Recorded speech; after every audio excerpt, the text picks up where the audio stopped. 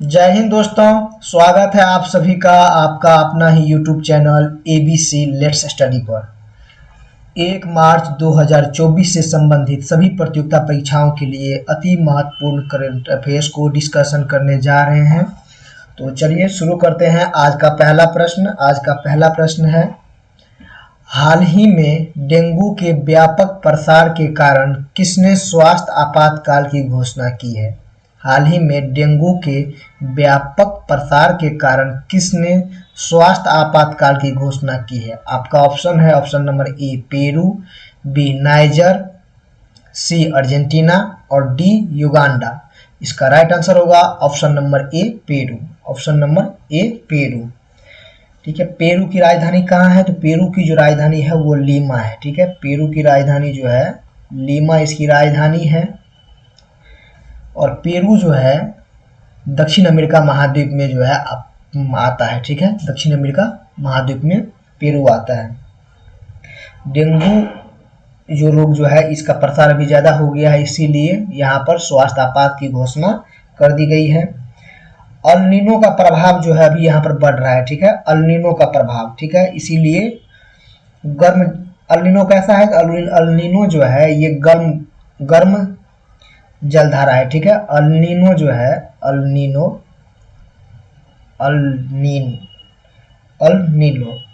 Nino ठीक है, एक होता है ला नीनो, ये है अल नीनो, ये गर्म जलधारा है। ला नीनो जो है वो ठंडी जलधारा है, ला नीनो। ठीक है, नीनो। और गर्म जलधारा में जो है क्या होता है, मच्छर का जो लार्वा होता है उसकी संख्या जो है बढ़ जाती है। ठीक है, अल नीनो का अर्थ क्या होता है? अल नीनो का जो अर्थ है इसका है ईसा मसीह का शिशु। ठीक है, अल नीनो का अर्थ है ईसा मसीह का शिशु। अल नीनो का प्रभाव जो है भारतीय मानसून पे कैसा पड़ता है? तो ये नकारात्मक प्रभाव पड़ता है। अल नीनो का प्रभाव भारतीय मानसून पे नकारात्मक प्रभाव पड़ता है अल नीनो का। ठीक है, और ला नीना का सकारात्मक प्रभाव पड़ता है। डेंगू किससे होने वाला रोग है? डेंगू जो है वायरस से होने वाला रोग है। और वाहक कौन है? तो एडिज इजिप्टाई मच्छर है। ठीक है, एडिज इजिप्टाई जो है रोगवाहक है डेंगू का। ठीक है, प्रभावित कौन सा होता है? तो बिम्बाबू में कमी, मतलब प्लेटलेट्स में जो है कमी हो जाता है। डेंगू होने से प्लेटलेट्स में कमी हो जाती है।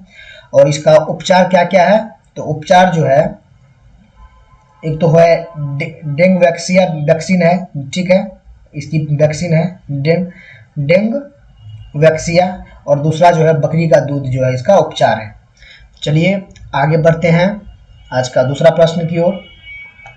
दूसरा प्रश्न है, वर्ष 2023 में दुनिया की सबसे कम प्रजनन दर कहाँ दर्ज की गई है? वर्ष 2023 में दुनिया की सबसे कम प्रजनन दर कहाँ दर्ज की गई है? आपका ऑप्शन है ए जापान, बी दक्षिण कोरिया, सी चीन और डी आइसलैंड।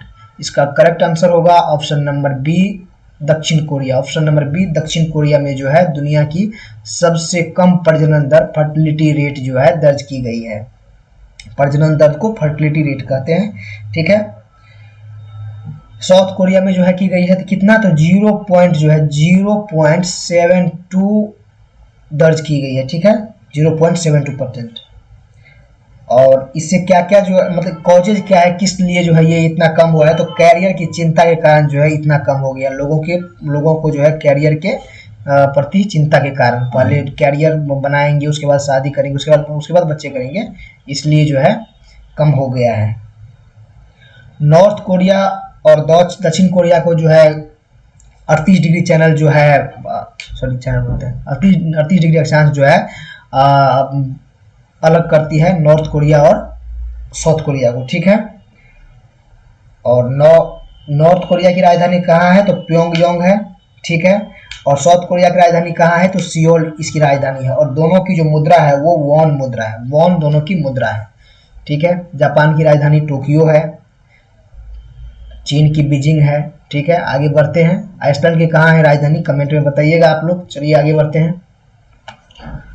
आज का तीसरा प्रश्न है, हाल ही में ब्रिटेन में किंग चार्ल्स तृतीय ने नाइटहुड उपाधि हासिल करने वाले पहले भारतीय कौन है? हाल ही में ब्रिटेन में किंग चार्ल्स तृतीय से नाइटहुड की उपाधि हासिल करने वाले पहले भारतीय कौन है? आपका ऑप्शन है सुनील भारती मित्तल, बी मुकेश अंबानी, सी आनंद महिंद्रा और D Shiv Nadar. King Charles third जो अभी जो ब्रिटेन का राजा है, इन्होंने जो है पहली बार अभी नाइटहुड की उपाधि दी है। उनसे पहले मतलब प्राप्त करने वाले पहले भारतीय कौन है? तो इसका करेक्ट आंसर होगा ऑप्शन नंबर ए सुनील भारती मित्तल। ऑप्शन नंबर ए सुनील भारती मित्तल। ठीक है, ये जो है एयरटेल कंपनी के जो है मालिक है सुनील भारती मित्तल। ठीक है, और द गोल्डन आर्म जो मिशन चला गया मिशन, इन्हीं के जो है राज्याभिषेक के लिए जो है किंग तृतीय के राज्याभिषेक के लिए जो है गोल्डन आर्म मिशन चालू हुआ था। ठीक है, ऑपरेशन गोल्डन आर्म। ठीक, और एलिजाबेथ ने जो है इससे पहले किन किन को दिया था नाइटहुड की उपाधि? तो रतन टाटा जी को दिए थे, पंडित रविशंकर जी को दिए थे और जमशेद ईरानी को दिए थे। ठीक है, रविन्द्रनाथ टैगोर ने नाइटहुड की उपाधि कब त्यागी थी? रविन्द्रनाथ टैगोर ने, तो ये 13 अप्रैल 1919 को जो जलियांवाला बाग हत्याकांड हुआ था उसी के बाद जो है रविन्द्रनाथ टैगोर ने नाइटहुड की उपाधि त्याग दी थी। ठीक है, महात्मा गांधी ने जो है केसर ए हिंद की उपाधि कब त्यागे थे? तो असहयोग आंदोलन में महात्मा गांधी ने केसर ए हिंद की उपाधि लौटा दी थी। ठीक है, महात्मा मतलब गांधी जी को जो है महात्मा की किसने कौन कहे थे? तो गुरु रविन्द्रनाथ टैगोर साहब जो है ये गांधी जी को महात्मा कहे थे। और राष्ट्रपिता कौन कहे थे गांधी जी को? तो सुभाष चंद्र बोस जो है राष्ट्रपिता कहे थे। और गुरु कौन कहे थे रविन्द्रनाथ टैगोर जी को? तो महात्मा गांधी जी ने कहे थे। महात्मा गांधी ने उनको गुरु जी कहा रविन्द्रनाथ टैगोर को, और रविन्द्रनाथ टैगोर जी ने महात्मा गांधी को महात्मा कहा। ठीक है, और कर्पूरी ठाकुर का जो अभी हाल ही में इनको भारत रत्न मिला है, इनको बिहार में और किस नामों से जाना जाता है? तो जननायक कर्पूरी ठाकुर के नाम से जाना जाता है, जननायक। ठीक है, चलिए आगे बढ़ते हैं आज का चौथा प्रश्न की ओर। चौथा प्रश्न है, हाल ही में किस राज्य में स्थित कुलशेखरपट्टनम में इसरो के दूसरे स्पेस पोर्ट की आधारशिला रखी गई है? हाल ही में किस राज्य में स्थित कुलशेखरपट्टनम में इसरो के दूसरे स्पेस पोर्ट की आधारशिला रखी गई है? आपका ऑप्शन है ए केरल, बी तमिलनाडु, सी कर्नाटक और डी आंध्र प्रदेश। इसका राइट आंसर होगा option number B Tamil Nadu. Option number B Tamil Nadu के कुलशेखरपट्टनम में जो है दूसरे स्पेस पोर्ट का जो है आधारशिला रखी गई है। ठीक है, तो पहला वही है सतीश धवन अंतरिक्ष केंद्र श्रीहरिकोटा आंध्र प्रदेश में। ठीक है, और दूसरा जो है स्पेस पोर्ट जो है यहाँ कुलशेखरपट्टनम में तमिलनाडु में जो है शुरू किया गया है। ठीक है, स्पेस पोर्ट मतलब यानी कि यहाँ से जो है स्पेस में रॉकेट वगैरह लॉन्च किया जाएगा। ठीक है, यहाँ से जो है कुलशेखरपट्टनम से छोटे मतलब स्मॉल जो रॉकेट होंगे ये लॉन्च किया जाएगा। ठीक है, स्मॉल सैटेलाइट के लिए तो SSLV जो भी रॉकेट होंगे वो लॉन्च किया जाएगा। ठीक है, स्मॉल सैटेलाइट लॉन्चिंग व्हीकल। ठीक, चलिए आगे बढ़ते हैं आज का पांचवा प्रश्न की ओर। पांचवा प्रश्न है, हाल ही में भारत की जन औषधि पहल में शामिल होने वाला पहला देश कौन है? हाल ही में भारत की जन औषधि पहल में शामिल होने वाला पहला देश कौन सा है? आपका ऑप्शन है ए भूटान, बी श्रीलंका, सी नेपाल और डी मॉरिशस। इसका करेक्ट आंसर होगा option number D Mauritius. Option number D Mauritius. ठीक है, जन औषधि पहल का जो है जन औषधि पहल ये शुरुआत कब हुआ था? ये जो है 2008 में ही शुरुआत हुआ था। कब हुआ था? 2008 में ही इसकी शुरुआत हुई थी। ठीक है, किस लिए शुरुआत की गई थी? तो दवाई की कीमत जो है घटाने के लिए शुरुआत की गई थी। लेकिन जब से मोदी जी आए हैं 2015-16 में जो है इनका नाम इन्होंने पीएम जन औषधि पहल कर दिया है। ठीक है, पीएम जन औषधि पहल आप लोग सभी जानते होंगे, कभी भी सरकारी हॉस्पिटल के आसपास में जो है पीएम जन औषधि पहल होता है। ठीक है, तो इनका नाम जो है इसमें चेंज करके पीएम जन औषधि पहल कर दिया गया है। ठीक है, टारगेट जो है इसमें क्या है? तो भारत में जो है 10,500 टारगेट है, भारत में 10,500 जन औषधि केंद्र जो है औषधि केंद्र खोलना। ठीक है, तो इसमें जो है शामिल होने वाला विदेशी देश जो है, मतलब पहला देश जो है कौन बन गया है, तो मॉरिशस जो है पहला देश बन गया है। यहाँ पर अभी हाल ही में प्रधानमंत्री कौन बने हैं, तो प्रविंद कुमार जगन्नाथ जो है यहाँ के अभी हाल ही में प्रधानमंत्री बने हैं। ठीक है, आगालागा द्वीप जो है, आगालागा द्वीप ये भी मॉरिशस में है। ठीक है, मॉरिशस में है। क्यों चर्चा में है, तो चर्चा में इसीलिए है कि यहाँ पर नई जो है हवाई पट्टी बनाने वाला है भारत यहाँ पर। ठीक है, इंडिया जो है यहाँ पर हवाई पट्टी बनाएगा। ठीक है, आगालागा द्वीप जो है मॉरिशस में है, वहीं पर। ठीक है, मॉरिशस कहाँ है, तो मॉरिशस जो है हिंद महासागर में ही है। मेडागास्कर जो है हिंद महासागर की सबसे बड़ी आइलैंड है, उसी के बगल में मॉरिशस है। ठीक है, चलिए आगे बढ़ते हैं आज का छठा प्रश्न की ओर। छठा प्रश्न है, हाल ही में गीता महोत्सव कहाँ आयोजित होगा। हाल ही में अंतर्राष्ट्रीय गीता महोत्सव 2024 कहाँ आयोजित होगा। Option number A Sri Lanka, B Maldives, C Nepal और डी भूटान। इसका राइट आंसर है option number A Sri Lanka. Option number A Sri Lanka में जो है अभी अंतर्राष्ट्रीय गीता महोत्सव होने वाला है। ठीक है, 2024 अभी होने वाला है। ठीक है, 1 से 3 मार्च तक चलेगा श्रीलंका के कोलंबो में। ठीक है, पहले इसका राजधानी कोलंबो था, अभी नहीं है। श्री जगवर्धनपुरे कट्टो जो है इसका राजधानी है अभी। थीम क्या है, तो वसुधैव कुटुंबकम जो है थीम है अंतर्राष्ट्रीय गीता महोत्सव का। ठीक है, वसुधैव कुटुंबकम जो है थीम, ये और सब और कहाँ का जो थीम है, तो ये जो है G20 का भी थीम यही था, वसुधैव कुटुंबकम। और योगा डे का भी जो इस बार थीम यही था। ठीक है, वसुधैव कुटुंबकम के लिए योग। ठीक है, योगा डे की शुरुआत कब हुआ था, तो 21 जून 2015 से जो है इसकी शुरुआत हो गई थी। ठीक है, कुछ और पर्व जान लेते हैं जो कहाँ होता है। जैसे कि तभी महोत्सव कहाँ होता है, तभी महोत्सव जम्मू कश्मीर में होता है। बथुकम्बा कहाँ होता है, तेलंगाना में होता है। बोनालू कहाँ होता है, तेलंगाना में होता है। बथुकम्बा और बोनालू तेलंगाना में होता है। थाईपुसम कहाँ होता है, बोनालू और बथुकम्बा तेलंगाना में होता है। ठीक है, थाईपुसम कहाँ होता है, तो थाईपुसम जो है तमिलनाडु में होता है। ठीक है, मेदराम जात्रा कहाँ होता है, तो ये भी तेलंगाना में होता है। मेदराम जात्रा तेलंगाना में होता है। ठीक है, बटेश्वर मेला कहाँ होता है, तो ये आगरा उत्तर प्रदेश में बटेश्वर मेला होता है। चाप चारकूट कहाँ पर होता है, तो ये मिजोरम में होता है। ठीक है, चाप चारकूट बम्बू डांस है, ये मिजोरम में होता है। लोसांग फेस्टिवल कहाँ की है, तो ये सिक्किम की लोसांग है। ठीक है, और लाई हरोबा कहाँ की है, तो मणिपुर की जो है फेस्टिवल है लाई हरोबा। ठीक है, होजागिरी कहाँ की है, तो होजागिरी त्रिपुरा की है। सरहुल कहाँ का है, झारखंड का सरहुल है। और अंडूरी कहाँ का है, उत्तराखंड का जो है अंडूरी फेस्टिवल है। चलिए आगे बढ़ते हैं आज का 7वां प्रश्न की ओर। 7वां प्रश्न है, हाल ही में विश्व आर्थिक मंच ने चौथे जीव विज्ञान औद्योगिक क्रांति केंद्र C4ICR का शुभारंभ कहाँ किया है। हाल ही में विश्व आर्थिक मंच ने चौथे जीव विज्ञान औद्योगिक क्रांति केंद्र C4IR का शुभारंभ कहाँ किया है। आपका ऑप्शन है ए केरल, बी आंध्र प्रदेश, सी तेलंगाना और डी कर्नाटक। इसका राइट आंसर हो जाएगा option number C. Option number C Telangana. Telangana के हैदराबाद में जो है यह शुरू किया गया है, तेलंगाना की राजधानी हैदराबाद में। ठीक है, ये C4IR का जो फुल फॉर्म है, ये centre for the fourth industrial revolution. ठीक है, ये स्वास्थ्य सेवा और जीव विज्ञान के लिए जो है यह चालू किया गया है। जीव विज्ञान और स्वास्थ्य सेवा के लिए चालू किया गया है। इसे जो है शुरू करने वाला कौन है, तो WEF वर्ल्ड इकोनॉमिक फोरम जो है इसे शुरू करने वाला है। और वर्ल्ड इकोनॉमिक फोरम जो है एक डाटा जारी करता है, कौन सा जारी करता है, तो ये जो है ग्लोबल जेंडर गैप इंडेक्स जो है वर्ल्ड इकोनॉमिक फोरम ही जारी करता है। इसमें भारत के रैंक 127 जो है भारत की रैंक है। ठीक है, वर्ल्ड इकोनॉमिक फोरम जो है जारी करता है ग्लोबल जेंडर गैप इंडेक्स, उसमें भारत की रैंक 127 है। ठीक है, और ये वर्ल्ड इकोनॉमिक फोरम की स्थापना कब हुई थी, तो 1971 में जो है इसकी स्थापना हुई थी।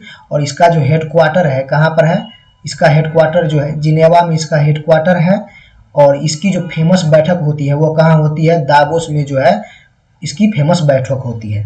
ठीक है, तेलंगाना राज्य की जो है स्थापना कब हुई थी, तो 2 जून 2024 की इसकी स्थापना हुई थी।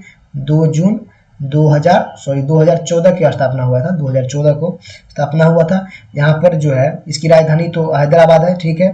विधानसभा की सीट कितनी है, अभी हाल ही में यहाँ पे इलेक्शन हुआ था, इसलिए अभी याद रखना जरूरी है। विधानसभा की सीट कितनी है, 119 यहाँ पर विधानसभा की सीट है।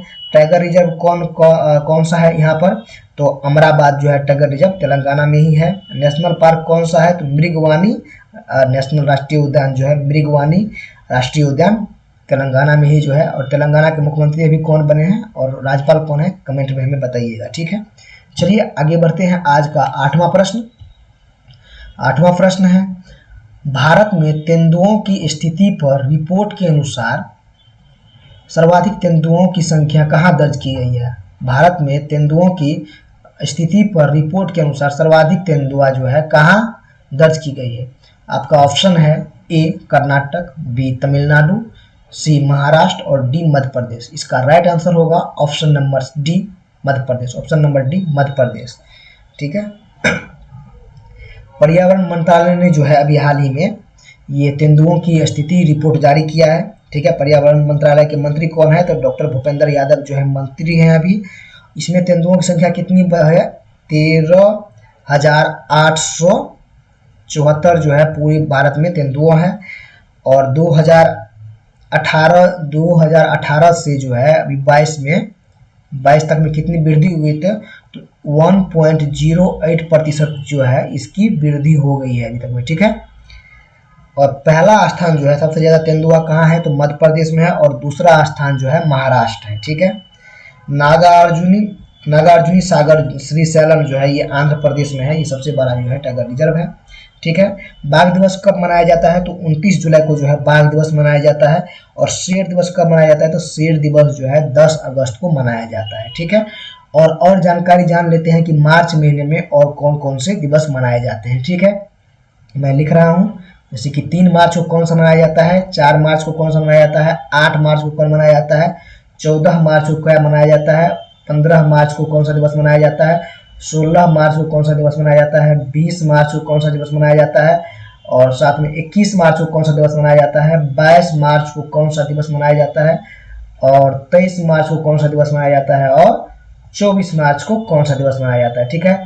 तो 3 मार्च को जो है विश्व वन्यजीव दिवस मनाया जाता है। कौन सा, विश्व वन्यजीव दिवस मनाया जाता है 3 मार्च को। 4 मार्च को राष्ट्रीय सुरक्षा दिवस मनाया जाता है 4 मार्च को, ठीक है। 8 मार्च को जो है अंतर्राष्ट्रीय महिला दिवस मनाया जाता है 8 मार्च को। और 13 फरवरी को भी जो है भारतीय राष्ट्रीय महिला दिवस मनाया जाता है। 8 मार्च को अंतर्राष्ट्रीय महिला दिवस मनाया जाता है।